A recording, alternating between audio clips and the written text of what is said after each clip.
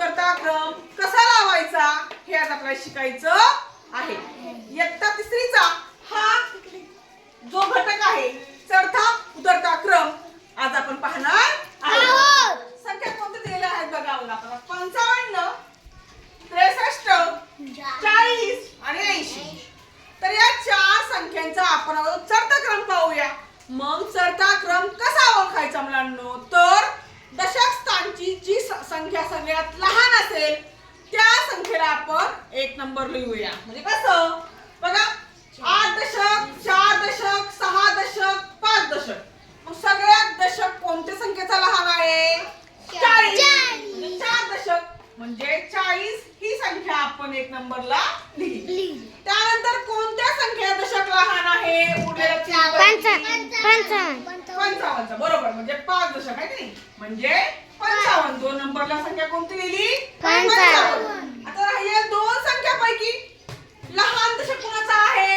63. त्या संख्येचा मग 63 लिहिली. आता 4 नंबरला कोणती संख्या राहिली शिल्लक? 80. म्हणजे 40, 55, 63, 80 हा आला दिलेल्या संख्येचा चढता क्रम. आता याला आपल्याला काय लावायचंय? उतरता क्रम.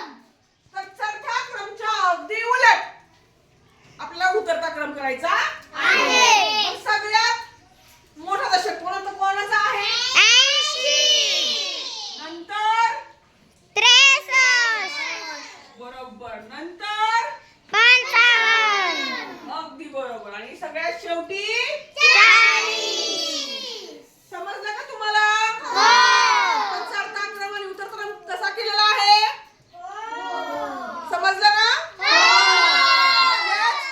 चढता क्रम म्हणजे लहान संख्येकडून मोठ्या संख्येकडे आणि उतरता क्रम म्हणजे